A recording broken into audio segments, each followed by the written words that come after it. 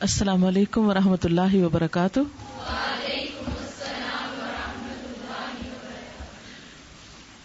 اللہ تعالیٰ کا لاکھ لاکھ شکر ہے کہ اس نے آج سے پھر ایک بار آپ کو قرآن پاک کے آغاز کا موقع عطا کیا ہے۔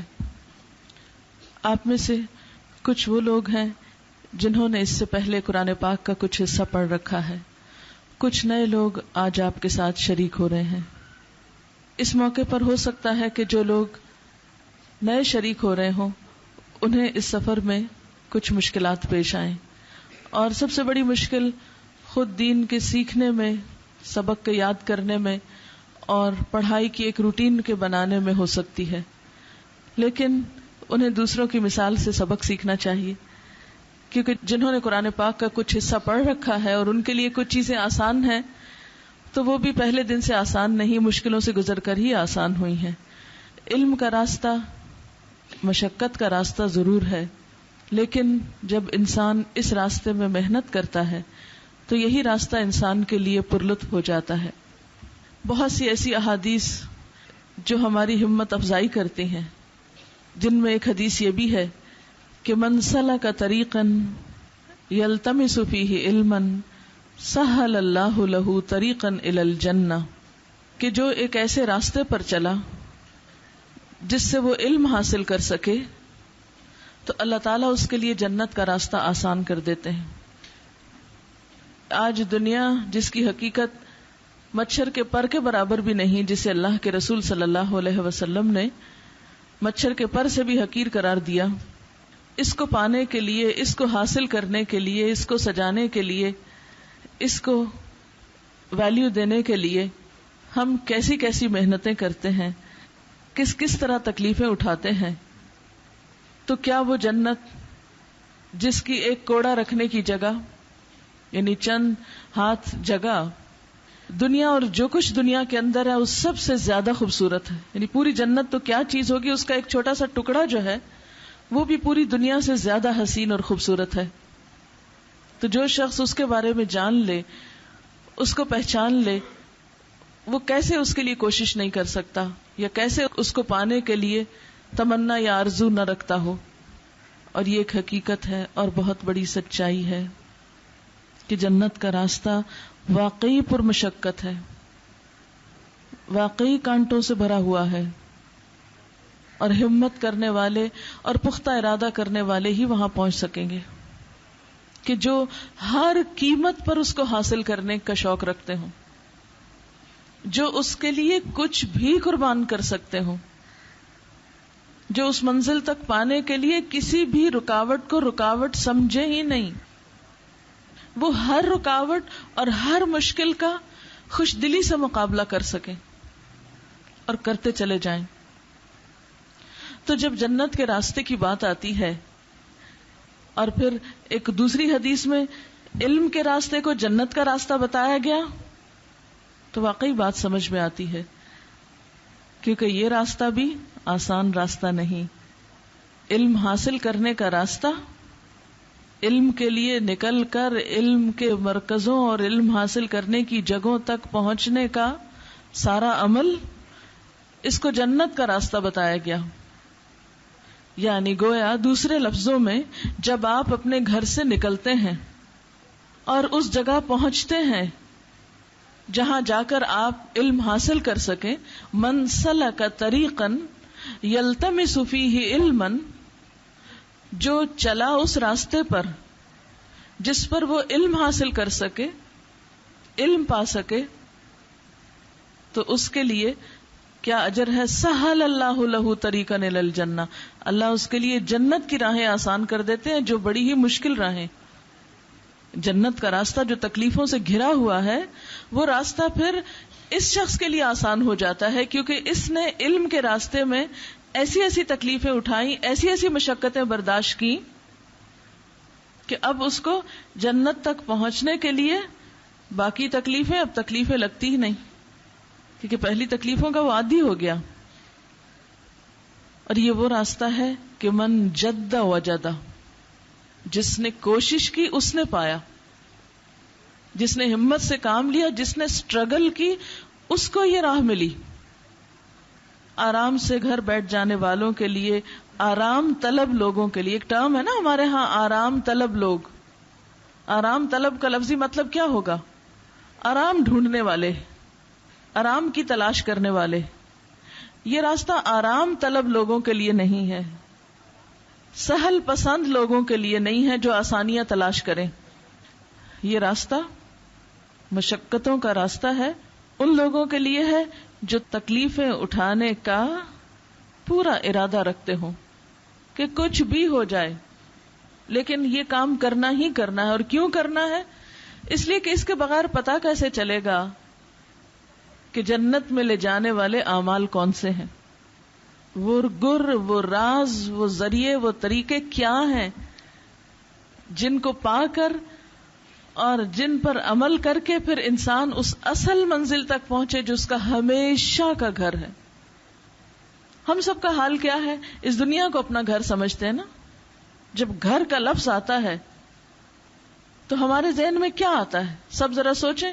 گھر، میرا گھر. جنت تو نہیں آتی نا، وہم و گمان سے بھی نہیں گزرتی جنت. نہ اس کو گھر سمجھتے ہیں. ہم گھر سمجھتے ہیں یا اس کو جس میں اس وقت ہم رہ رہے ہیں، یا لڑکیاں گھر سمجھتی ہیں اس کو جس میں انہیں شادی کے بعد جانا ہے. مثلا منگنی یا نکاح ہو جاتا ہے تو پھر ان کو پتا ہوتا ہے کہ فلاں جگہ مجھے جانا ہے شادی کے بعد. اب وہ اپنے گھر کو جس میں رہ رہی ہیں اس کو ٹیمپریری گھر سمجھتی ہیں اور جس میں جانا ہے اس کو اپنا اصل گھر سمجھتی ہیں. لیکن ہم سب ان گھروں میں کتنے دن رہ سکتے ہیں؟ گنیے، سوچئے کتنے دن. خواہ میکے کا گھر ہو یا سسرال کا گھر ہو، کتنا عرصہ رہنا ہے؟ ایک اینڈ ہے نا اس کا. اور وہ گھر جسے جنت کہتے ہیں جو دراصل انسان کے لائق ہے، کیونکہ انسان اللہ تعالی کی بہترین تخلیق ہے اور جنت بھی اللہ تعالی کا تیار شدہ بہترین مقام ہے. انسان کو اللہ نے بہترین حالت میں پیدا کیا، جنت کو بہترین خوبصورت ترین بنایا، تو یہ بہترین انسان جنت میں جانے کے لائق ہے. لیکن اس میں رہنے کے لیے پھر کچھ کوالیفیکیشن چاہیے، کچھ سرٹن اس کی ریکوائرمنٹس ہیں جن کو اسے پورا کرنا ہے. وہ ریکوائرمنٹس کیا ہیں، وہ کوالیفیکیشن کیا ہے جو ہمارے پاس ہو تو ہم اس گھر میں داخل ہونے کے اہل ہوں گے. وہ پرماننٹ ریزیڈنس ہے. دنیا میں پتہ لکھتے ہیں نا، عارضی پتہ، مستقل پتہ. تو میں ہمیشہ اس کو دیکھ کے تو میرے دل میں ایک کھٹک سی آتی کہ مستقل پتہ، مستقل کون سا پتہ ہوتا ہے؟ مستقل تو کوئی پتہ نہیں ہے یہاں. لیکن ہمیں پتہ ہوتا ہے کہ ہاں وہ ان کا مطلب کیا ہے، لیکن دنیا میں تو کوئی پتہ مستقل نہیں ہے، کوئی پتہ مستقل نہیں ہے. سب ٹیمپریری، سب عارضی ہیں. کوئی ٹھکانہ نہیں ہے یہاں. ٹھکانہ تو آگے ہے. زندگی تو وہ ہے جب وہاں پہنچیں گے تو اس وقت سوچیں گے وہ دنیا لم یلبثوا الا عشیۃ او ضحاھا، کہ جس میں صبح کا پہر یا شام کا بس ایک پہر گزار کے آئے ہیں. ایک خواب معلوم ہوگا جس کا کچھ حصہ ہلکا ہلکا یاد رہے گا اور بہت سا بھول بھی جائے گا. آپ سب خواب دیکھتے ہوں گے. کچھ لوگوں کو روز رات کو خواب آتا ہے، کچھ لوگوں کو کبھی کبھی آتا ہے، لیکن خواب تو سب دیکھتے ہیں نا. تو جب صبح اٹھتے ہیں تو خواب کا کتنے فیصد یاد ہوتا ہے؟ کبھی بھی 100% نہیں یاد رہتا. کبھی 90%، کبھی 80%، کبھی 50%، کبھی 10%. تو بالکل اسی طرح جب آپ آخرت میں پہنچیں گے تو یہ دنیا بالکل ایک خواب کی طرح آپ کو یاد رہے گی، جس کا کچھ حصہ آپ کو یاد ہوگا، کچھ نہیں یاد ہوگا، اور یاد کرنے کو دل بھی نہیں ہوگا. کیا ضرورت ہے یاد کرنے، بس ہو گیا، گزر گیا. کیونکہ وہاں اتنا کچھ ہوگا دیکھنے کو اور انجوائے کرنے کو کہ ہر روز ایک نئی چیز، ایک نیا لطف، ایک نیا مزہ. زندگی تو وہ ہے. یہ کوئی زندگی ہے جس کے پیچھے ہم دوڑ رہے ہیں؟ لیکن یاد رکھیے وہ راستہ بڑا مشکل ہے. اور اس جنت کو حاصل کرنے کے جو طریقے ہیں، یعنی جنت کا بھی ایک بزنس ہے. اصل میں جنت کا بھی سودا کرنا پڑتا ہے. تو جو جنت کا سودا کرے پھر اس کو ساری بزنس ایڈمنسٹریشن آنی چاہیے نا. وہ معمولی چیز نہیں جسے حاصل کرنا ہے آپ کو، تو بہت بڑی چیز ہے اور ہمیشہ کے لیے. یعنی جنت کی یہ جو ایک اہم بات ہے نا کہ وہ ہمیشہ کے لیے، فار گڈ، اس کے بعد کچھ اور ہے نہیں. یہ اس کی ویلیو کو اور زیادہ بڑھا دیتی ہے انسان کی نگاہ میں. اور اس کے پھر برعکس اگر وہ نہیں تو کیا ہے، وہ بھی بڑا بھیانک. اس کا تو پھر کیا ہی کہنا، بڑا ہی بھیانک ہے وہ دوسرا راستہ جو پستیوں کا راستہ ہے، اسفل سافلین کے لیے ہے، جہنم کا راستہ بڑا ہی تکلیف دہ. تھوڑی دیر سوچے نا، ذرا سی گرمی لگتی ہے، دل گھبرانے لگتا ہے، انسان سوچتا ہے میں کب ذرا ریلیکس کروں، کب ٹھنڈی ہوا میں جاؤں. اس کی بھی گہرائیوں کا اور اس کی ذلتوں کا اور اس کی تکلیفوں کا پھر کچھ اندازہ نہیں، اور کہیں بھی اس کا کوئی اینڈ نہیں، وہ بھی ہمیشہ کا ہے. ہاں، اس کا راستہ جب دکھایا گیا تو وہ خوش نمائیوں سے اور زینتوں سے اور دنیا کی اٹریکشن سے بھرا ہوا تھا. آپ پھر پریشان ہو گئے کہ ان اٹریکشنز کو دیکھ کے تو سارے ان کے پیچھے دوڑ پڑیں گے. آج ہمارا حال کیا ہوتا ہے، جو ڈگڈگی پہ جاتا ہم بھاگ پڑتے ہیں. دیکھو کیا ہو رہا ہے، بھیڑ لگ جاتی ہے، تھوڑی دیر خوش ہوتے ہیں پھر بکھر جاتے ہیں، ختم قصہ. کوئی بھی کھیل ہو نا، اس میں کوئی پائیداری، استقامت کوئی وہ نہیں ہوتی. بس تھوڑی دیر کھیل کھیلا اور اس کے بعد سب بھول گئے، گھر چلے گئے. کھیل کی اہمیت کھیل کھیلنے کی حد تک ہوتی، بعد میں نہیں ہوتی.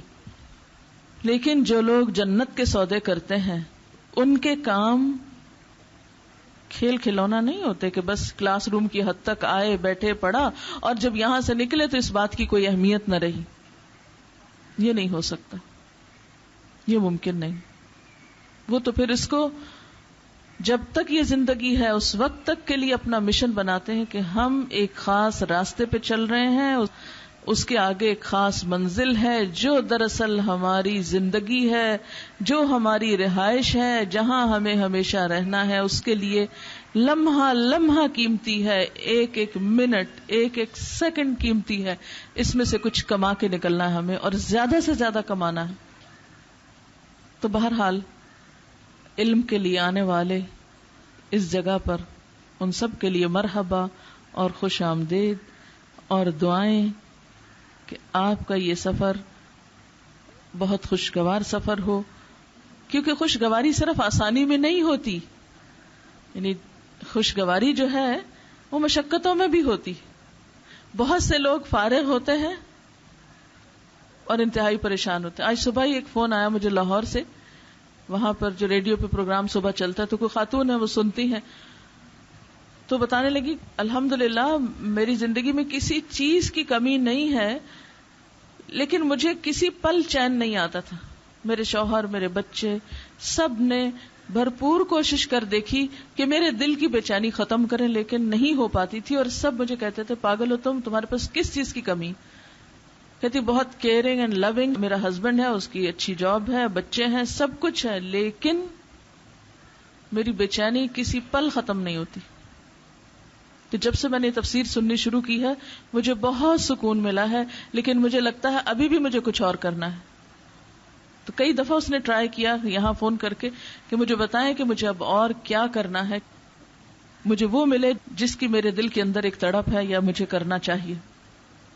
تو ظاہر ہے کہ یہ تڑپ بھی اللہ ہی ڈالتا ہے نا، کیونکہ اللہ تعالیٰ قرآن پاک میں فرماتے ہیں من اعرض عن ذکری فإن له معیشۃ ضنکا، جو میرے ذکر سے منہ موڑے گا اس کے لیے میں زندگی تنگ کر دوں گا. تو دنیا ایسی جگہ نہیں ہے کہ جہاں آپ کو اگر آرام ہی آرام ملتا رہے. اچھا تھوڑی دیر سوچیے، اگر آپ ساری رات سو کر اٹھیں اور پھر سویرے لیٹ جاتے ہیں تو 1-2 گھنٹہ لیٹنے کے بعد اگر آپ اٹھیں تو کیا فیلنگ ہوتی ہے؟ خوشی کی، بہت شاق و چوبند فیل کرتے ہیں، بہت آرام اور سکون اور خوشی محسوس کرتے ہیں. ہرگز نہیں. پھر کہ نہیں ابھی تو اور آرام چاہیے، پھر لیٹ جائیں جا کے. تو اس لیٹنے کے بعد لیٹنے اور پھر لیٹنے کے بعد لیٹنے کی کیفیت کو ذرا تصور میں لائیں کہ اس میں کیا کیا احساسات ہوتے ہیں، کیا فیلنگ ہوتی، خوشی کی یا بیزاری کی؟ خود بیزاری کی کیفیت ہوتی. تو بات یہ ہے کہ اللہ تعالیٰ نے انسان کو مشقت میں پیدا کیا. لقد خلقنا الانسان فی کبد، ہم نے انسان کو مشقت میں پیدا کیا. انسان جب کام کرتا ہے اور جس کام کے لیے وہ پیدا کیا گیا ہے جب تک وہ نہیں کرتا اس وقت تک زندگی میں نفس مطمئنہ بن نہیں سکتا، اطمینان کی موت نصیب نہیں ہو سکتی اور اطمینان کی آخرت نصیب نہیں ہو سکتی. اتنی بے شمار ان گنت صلاحیتیں دے کے جو اللہ نے پیدا کیا ہے، تو صرف لیٹنے کے لیے تو نہیں پیدا کیا، آرام پر آرام کرنے کے لیے تو نہیں پیدا کیا، کچھ کرنے کے لیے پیدا کیا ہے. تو جب تک کریں گے نہیں بات نہیں بنے گی، اور کرتے رہنے میں ہی برکت ہے. تو انشاءاللہ تعالی آپ جو کورس شروع کر رہے ہیں اس میں آپ کو کچھ تعارف کرا دیا گیا ہوگا. کچھ چیزوں کا میں آپ کو تعارف کرا دیتی ہوں اور پھر آپ کا باقاعدہ کلاس کا آغاز کرتے ہیں. اس میں چونکہ کچھ لوگ نئے آئے ہیں، ان کا انشاءاللہ گروپ الگ بنے گا اور ان کو الگ سے جو بھی ہیلپ چاہیے ہوگی، جو بھی مدد چاہیے ہوگی، جو بھی ان کو مشکل پیش آئے گی، انشاءاللہ ان کی مدد کی جائے گی. صرف ایک بات ان کو کہنا چاہوں گی کہ ہمت نہیں ہارنا، آپ کو مایوس نہیں ہونا. ہر ابتدا کی انتہا موجود ہے. جو سفر شروع ہوتا ہے، چاہے وہ 1 میل کا ہو یا 1000 میل کا، وہ ختم ایک دن ضرور ہو جاتا ہے. تو یہ تو ایک ایک قدم جو آپ گھر سے نکالیں گے، سارے قدم لکھے جائیں گے آپ کے. اور پھر حدیث پاک میں یہ بھی آتا ہے کہ جو شخص اپنے گھر سے علم کے لیے نکلتا ہے، فرشتے اس کے لیے اپنے پر بچھاتے ہیں. یعنی اتنا آنر اور اتنی عزت ان کو بخشی جاتی. اور پھر سب سے بڑی بات یہ کہ اللہ تعالیٰ جس شخص کے ساتھ بھلائی کا ارادہ کرتا ہے اس کو دین کی سمجھ دیتا ہے. تو یہ تو اللہ تعالیٰ کا خاص انعام ہے. پھر اسی طرح منافقین کی خصلت یہ بتائی گئی ہے کہ منافق میں 2 خصلتیں جمع نہیں ہو سکتی. 2 صفات منافق کی نہیں ہوتی، ایک خوش اخلاقی اور دوسرے دین کی سمجھ. یعنی منافق کو یہ 2 نعمتیں نہیں ملتی.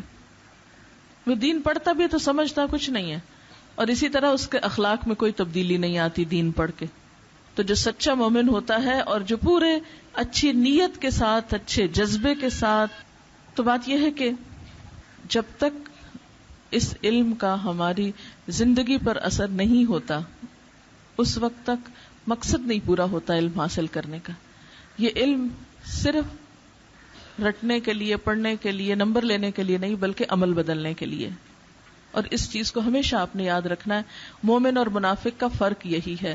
مومن دین کی سمجھ رکھتا ہے اور مومن دین پڑھ کر با اخلاق بن جاتا ہے. کیونکہ نبی صلی اللہ علیہ وسلم دنیا میں تشریف ہی اس لیے لائے تھے، انما بعثت لاتمم مکارم الاخلاق. میں دنیا میں اس لیے بھیجا گیا ہوں، یعنی پیغمبر بنا کر اس لیے بھیجا گیا ہوں کہ بہترین اخلاق کی تکمیل کروں. اور انک لعلی خلق عظیم، بے شک آپ اخلاق کی عظمتوں پر فائز ہیں، عظیم اخلاق کے مالک. اسی پیمانے میں ہم نے اپنے آپ کو ناپتے رہنا ہے انشاءاللہ تعالی، اور ساتھ ساتھ کام کرتے چلے جانا ہے. اب اس میں آپ دیکھیے کہ کچھ یہاں کے سیٹ اپ کے بارے میں آپ کو بتانا چاہتی ہوں، اور جو اس بلڈنگ کے بارے میں اور یہاں اور کورسز کے بارے میں اور اوور آل سارے پروگرام کے بارے میں. اس میں پہلی بات تو یہ ہے کہ یہ جو اس وقت آپ کا کورس ہے یہ ڈپلوما کورس ہے، اور جو لوگ آج کورس کا آغاز کر رہے ہیں ان کا کورس انشاءاللہ 1.5 سال میں مکمل ہوگا. جو پہلے سے شروع کیے ہوئے ہیں، جہاں سے پڑھنا شروع کیا تھا وہاں پہنچ کر ان کا مکمل ہو جائے گا انشاءاللہ تعالی، اور ساتھ ساتھ وہ پڑھ کر فارغ ہوتے چلے جائیں گے. یہاں کے جو پروگرام انچارج ہیں وہ روبی طارق ہیں. روبی نے اسلام آباد سے 4th بیچ میں، آج کل اسلام آباد میں 9th بیچ چل رہا ہے، یعنی آج سے تقریباً 4-5 سال پہلے انہوں نے کورس کیا تھا اسلام آباد سے، اور اس کے بعد سے یہ پڑھنے پڑھانے کا کام کر رہی ہیں. پھر یہاں ایوننگ کلاسز بھی اسی بلڈنگ میں ہوتی ہیں، ان کو بھی یہ سپروائز کرتی ہیں. ایوننگ پروگرام کی جو کلاس انچارج ہیں ہنا ہے. ویسے تو آپ لوگ شام کو ہوں گے اور کچھ صبح کو ہوں گے، لیکن کچھ چیزیں چونکہ 2 کورسز چل رہے ہیں، کچھ چیزیں آپس میں ایک دوسرے کے ساتھ تعاون اور کوآرڈینیشن جو ہے وہ بہت ضروری ہے.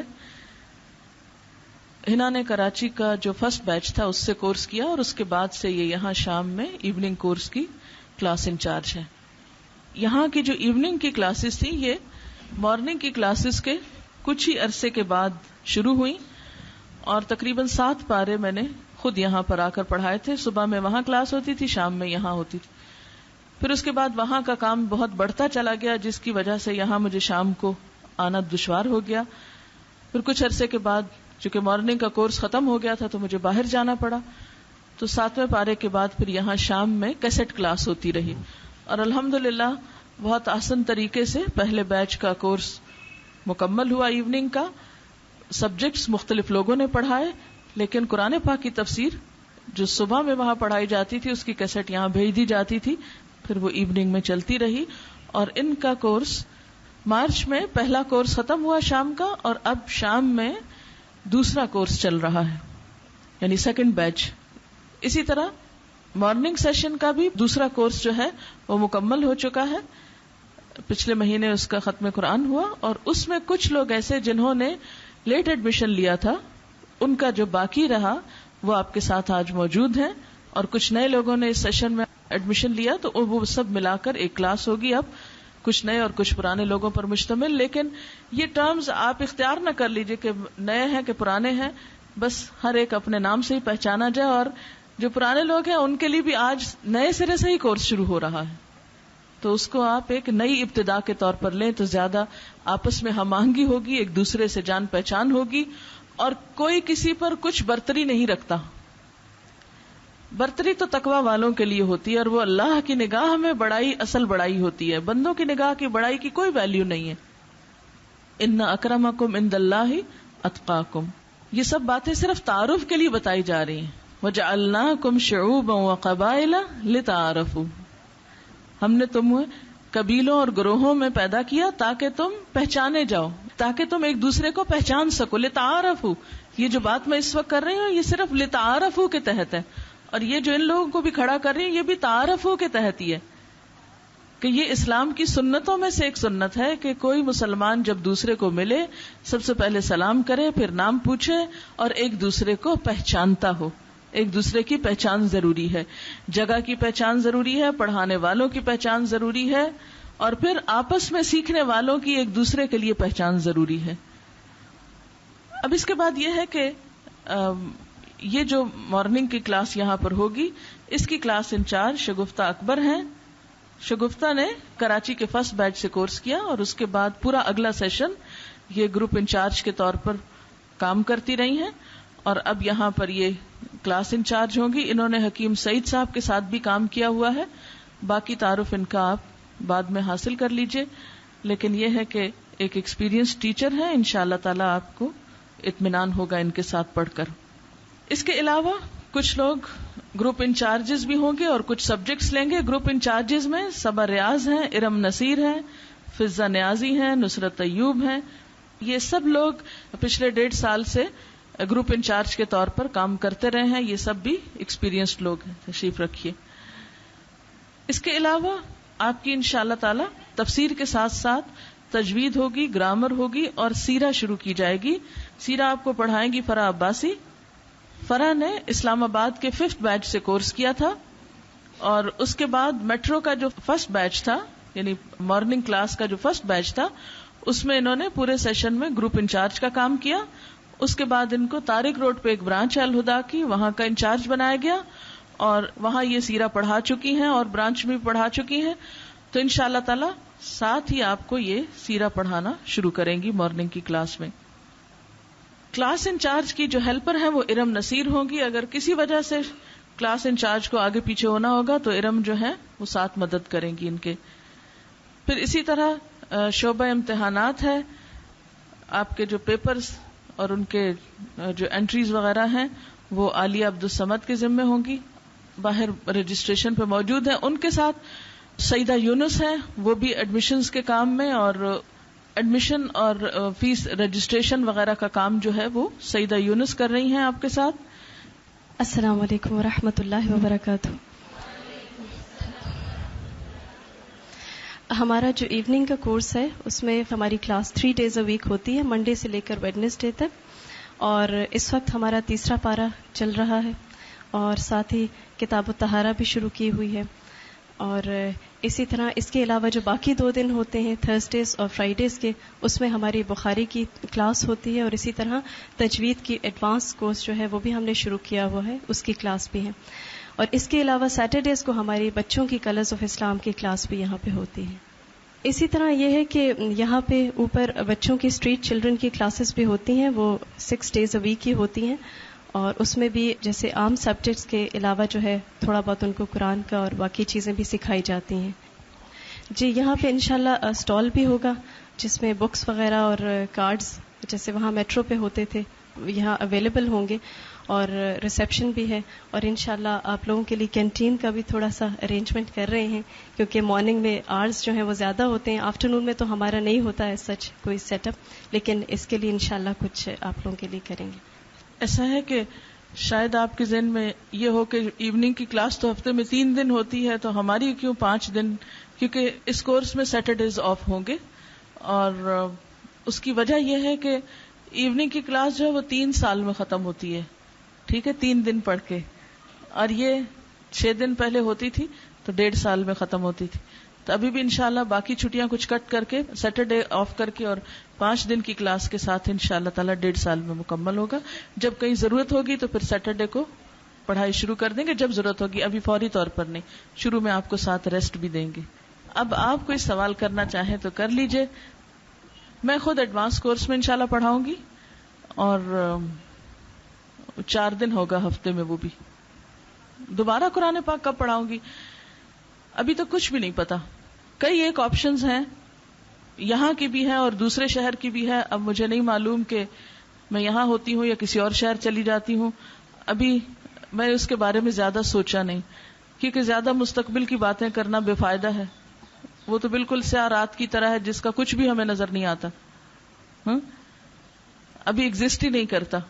اس لیے اس کا تو میں نے ابھی کچھ زیادہ پلان کیا ہی نہیں. اس وقت جو میری پرائرٹیز ہیں اس میں ایڈوانس کورس، اور صرف ڈیفنس میں یا PCHS میں نہیں بلکہ کراچی کے اور حصوں میں بھی قرآن پاک کی باقاعدہ تعلیم کے مرکز قائم کرنا انشاءاللہ، اس کی طرف میری ابھی انٹرسٹ ہے.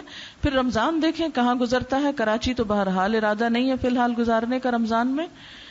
جس بھی شہر میں رمضان گزرا پھر وہاں کلاس بنانے کا ارادہ انشاءاللہ آفٹر رمضان. اور پھر رمضان کے بعد کورس کہاں شروع ہوتا ہے ابھی تک ڈیسائیڈ نہیں کیا. ہو سکتا ہے یہاں نہ شروع کروں، لیکن اللہ کے ہاں ڈیسائیڈڈ ہے. میں تو صرف دعا مانگ رہی ہوں کہ اللہ تعالیٰ بہترین کام لے. یعنی اس میں ایک پاسبلٹی یہ بھی ہے کہ کسی اور شہر میں.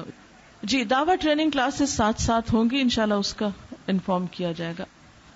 ویسے تو یہ ہے کہ علم کا راستہ صبر کا راستہ ہوتا ہے. آپ اگر ایک دن کچھ پڑھا ہے سمجھ میں نہیں آیا تو اللہ تعالیٰ نے قرآن پاک میں ایک ہی مضمون کو بار بار بیان فرمایا ہے. ایک بات ایک جگہ سمجھ نہیں آتی اگلی جگہ آ جاتی، اگلی جگہ نہیں آتی اس سے اگلی جگہ آتی ہے. تو صبر کے ساتھ سیکھتے جائیے تو انشاءاللہ تعالیٰ بہت سی چیزیں اسی میں کلیئر ہو جائیں گی. اور کچھ آپ کے گروپ انچارجز جو ہیں وہ ساتھ ساتھ آپ کو آپ کے سوالوں کے جواب دیتے رہیں گے. جو چیزیں مشکل ہوں گی تو جب کبھی انشاءاللہ میں آؤں گی تو آپ لکھ رکھیے کاپی پر، پھر پوچھ سکتے ہیں. فوری طور پر کچھ نہیں ہے. اس لیے جن کا جو حصہ رہتا ہے قرآن پاک کا اس کو مکمل کیجئے. کل کے انتظار پہ اس کو چھوڑیے نہیں. کل کا کچھ پتا نہیں.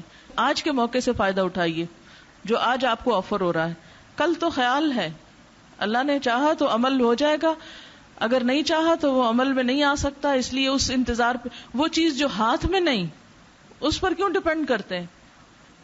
اس کو دیکھیے یا اس سے فائدہ اٹھائیے جو آج آپ کو میسر ہے.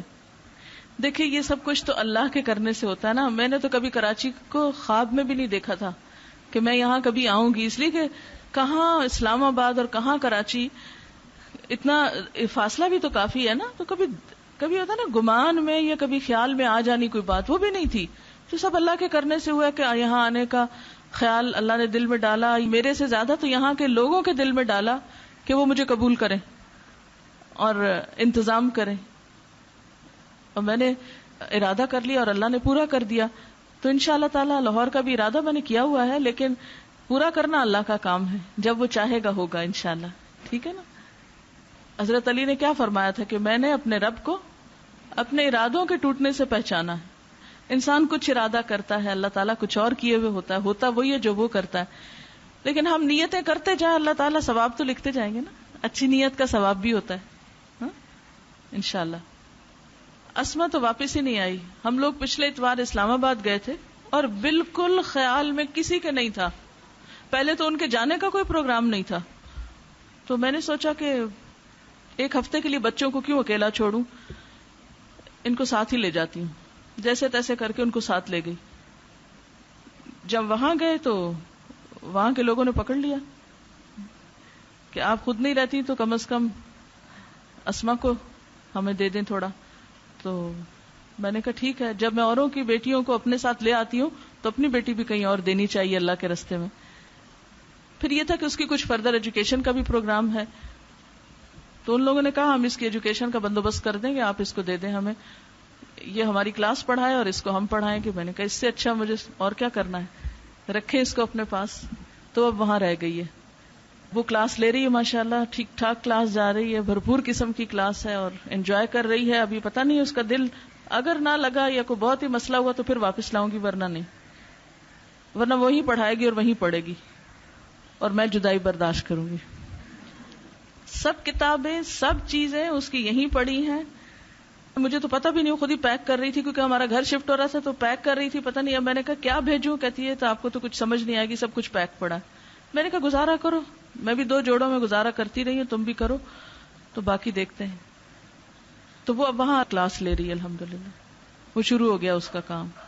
اوکے، میں اجازت چاہتی ہوں. میری دعا ہے کہ اللہ تعالیٰ آپ کا یہ سفر بہت ہی بہترین اپنی رضا کے مطابق اور امت مسلمہ اور خود آپ کی اپنی بھلائی کے لیے بہت ہی بہترین کر دے، اور آپ کے لیے وہ سارے راستے آسان کر دے جس سے آپ کو علم حاصل کرنا آسان ہو جائے. سبحانک اللہم و بحمدک نشہد ان لا الہ الا انت نستغفرک و نتوب الیک. والسلام علیکم و رحمۃ اللہ وبرکاتہ.